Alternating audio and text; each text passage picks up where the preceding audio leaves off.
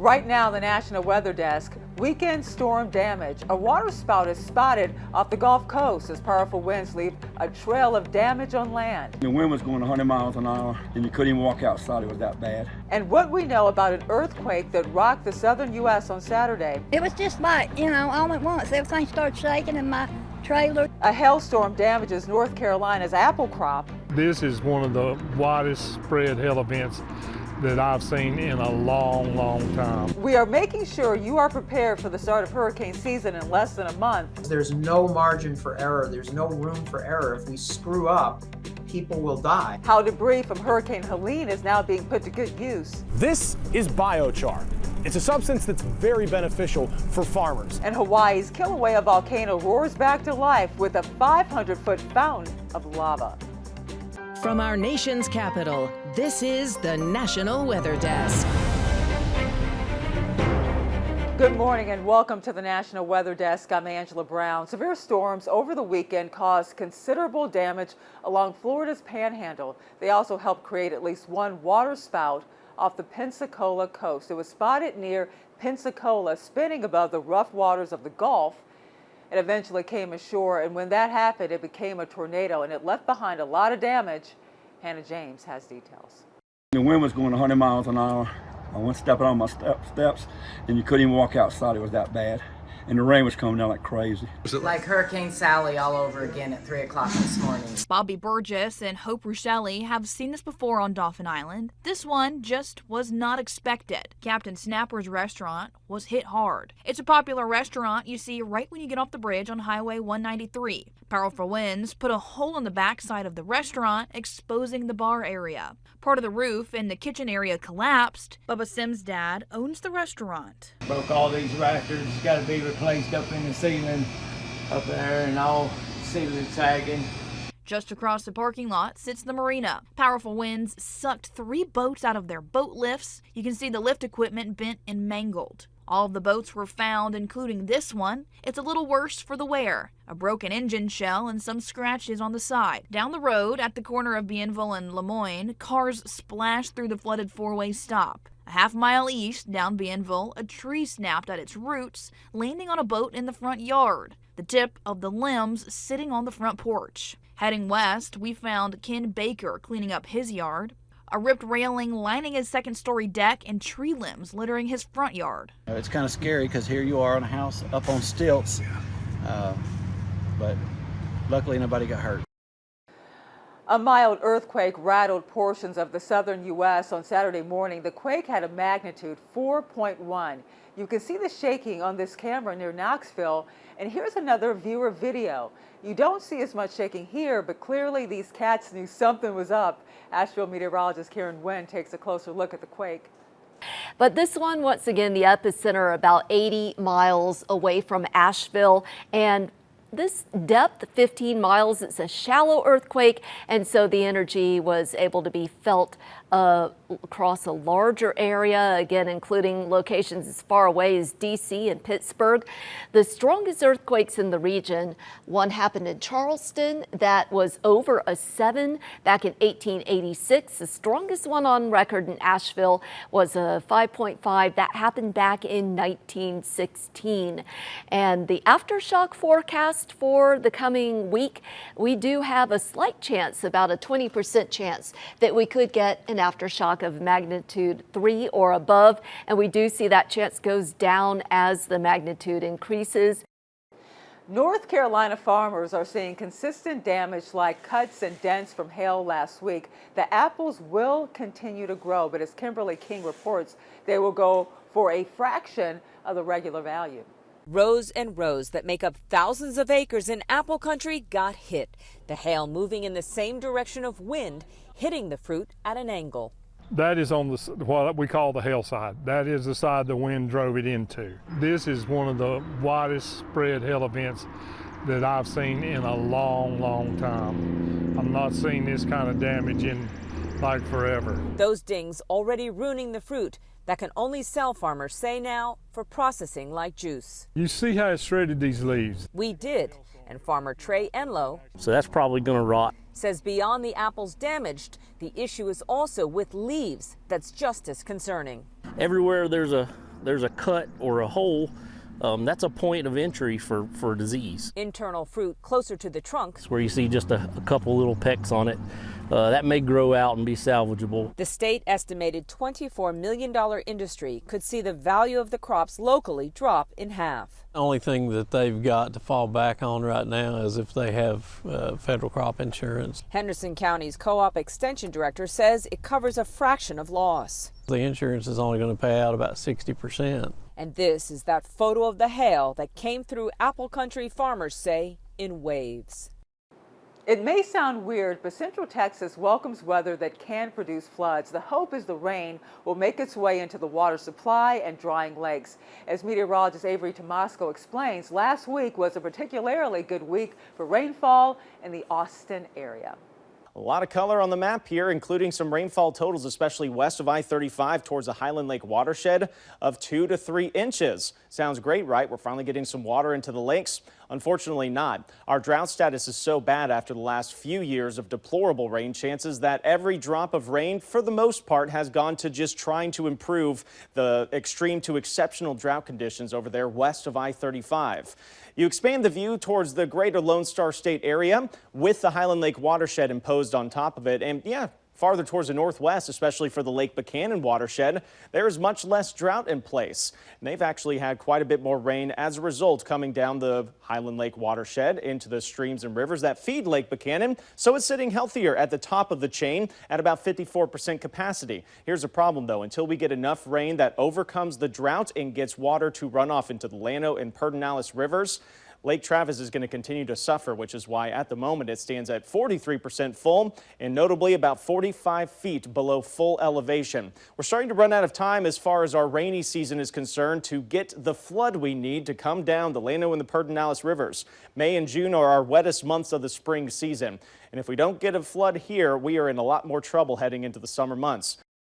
Another hot weekend out west took a toll on hikers in Southern California. Now, this is video of one person being hoisted out of a wilderness park where the temperature soared to nearly 100 degrees. It was one of more than a dozen hikers rescued across Orange County. The good news is the excessive heat has moved on. Temperatures today are expected to only hit 70 degrees.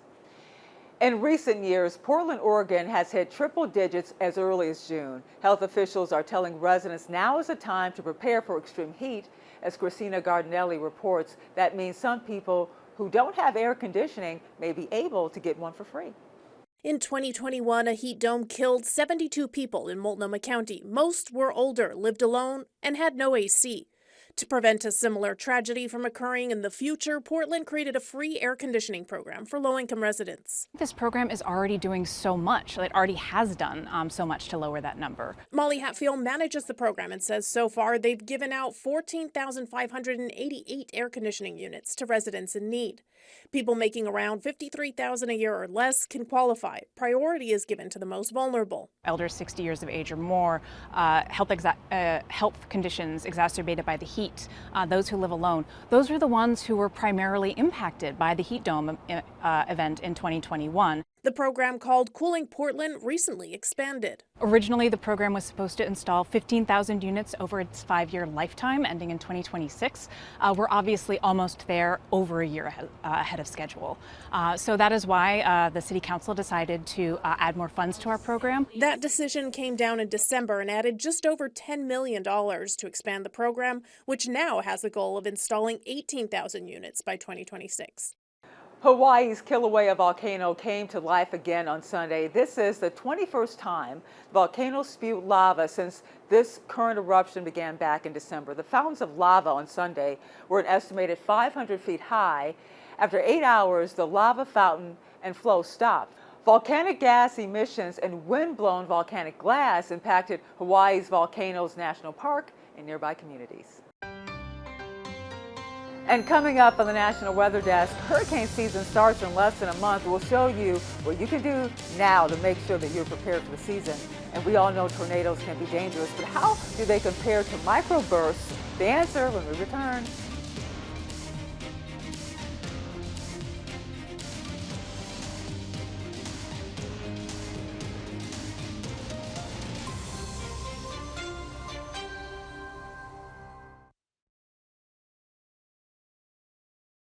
You are watching the National Weather Desk.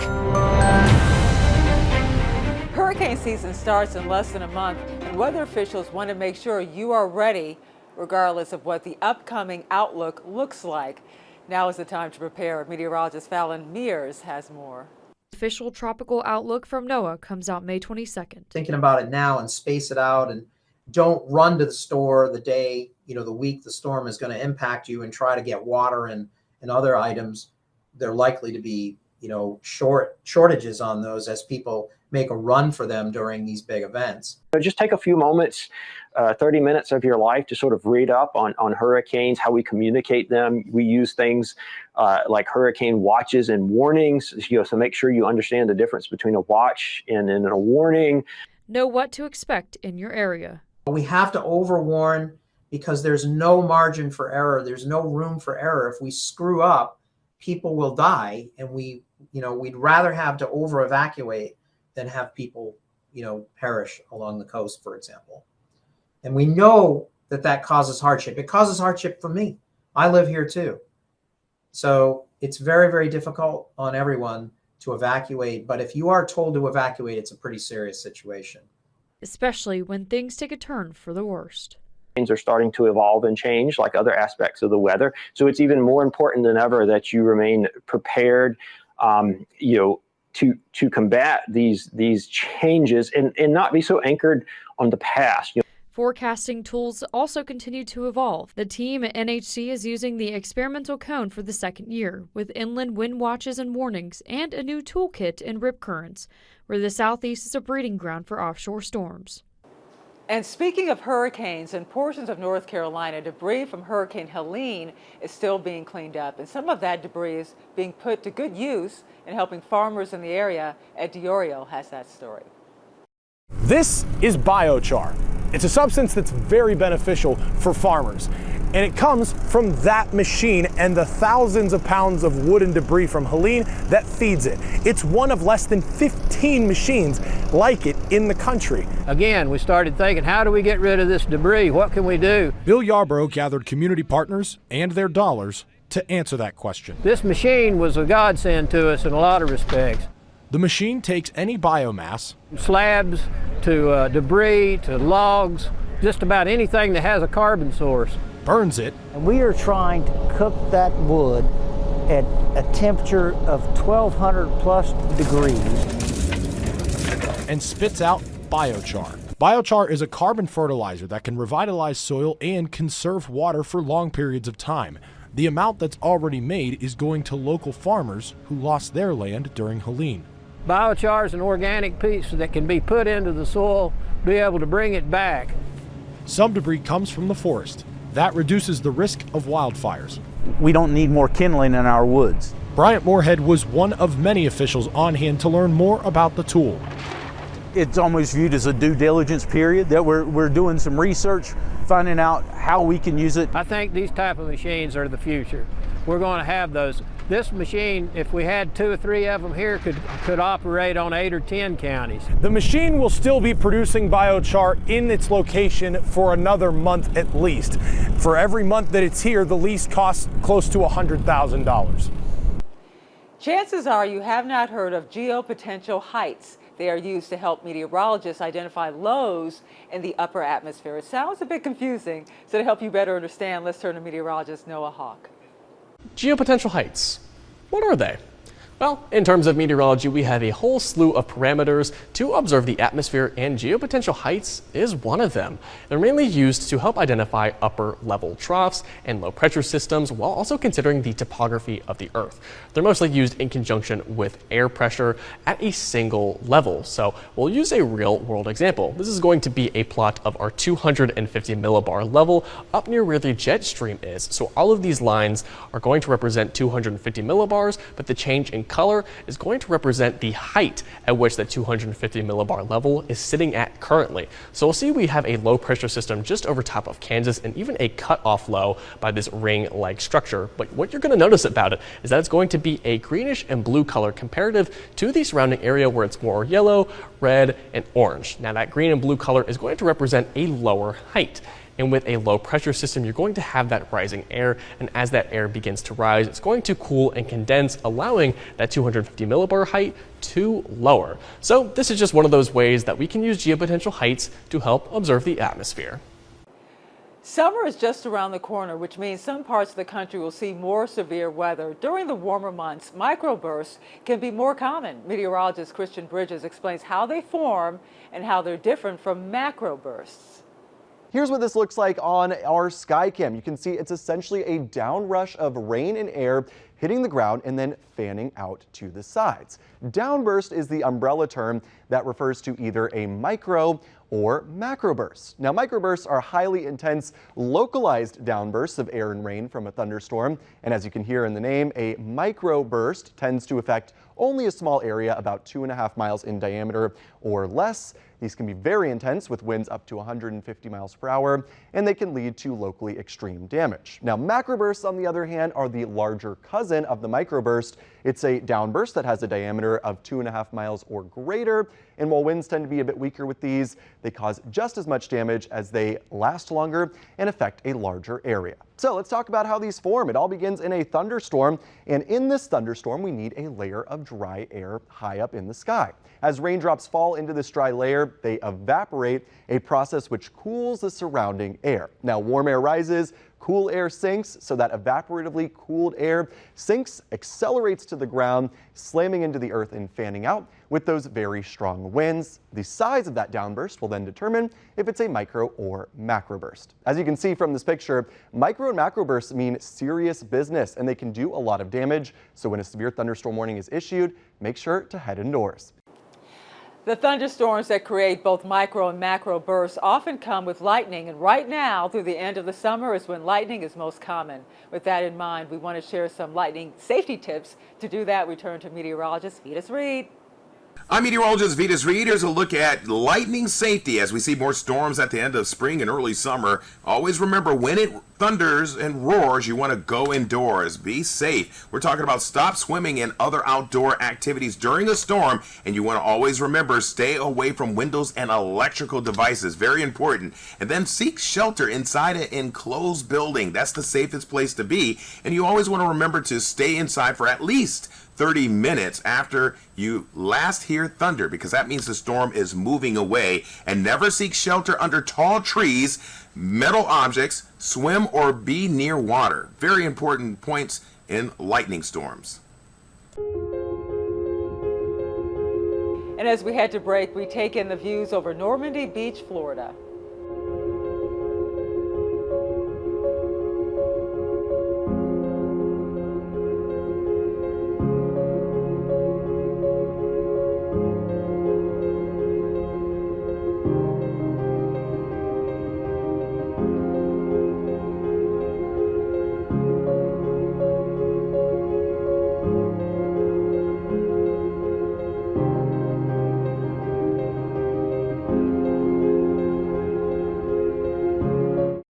You are watching the National Weather Desk. Have you ever heard of a mackerel sky? It's a pretty beautiful sight. It can also be a sign of changing weather patterns. Meteorologist Dave Dirks explains. Take a look at this beautiful sky. In fact, we received several pics of this week. Known as a mackerel sky, these clouds get their name from their rippled appearance, resembling the scales of a mackerel fish, and are made up of cirrocumulus and or altocumulus clouds. A mackerel sky forms when wind and gravity team up, causing air to oscillate up and down. Now, when the air is rising, condensation occurs and clouds form. When the air moves downward, evaporation occurs, resulting in the clear areas. This up and down motion creates the rippling pattern. The clouds usually form between drier air at the surface and colder air aloft, and often accompany an approaching warm front, signaling changing weather and possible rain within 24 hours. If you're looking for more content like this, be sure to check us out on social media. We post all the latest content from our team of meteorologists across the country. You can find us on all your favorite social media platforms. Just search the National Weather Desk. We'll be right back.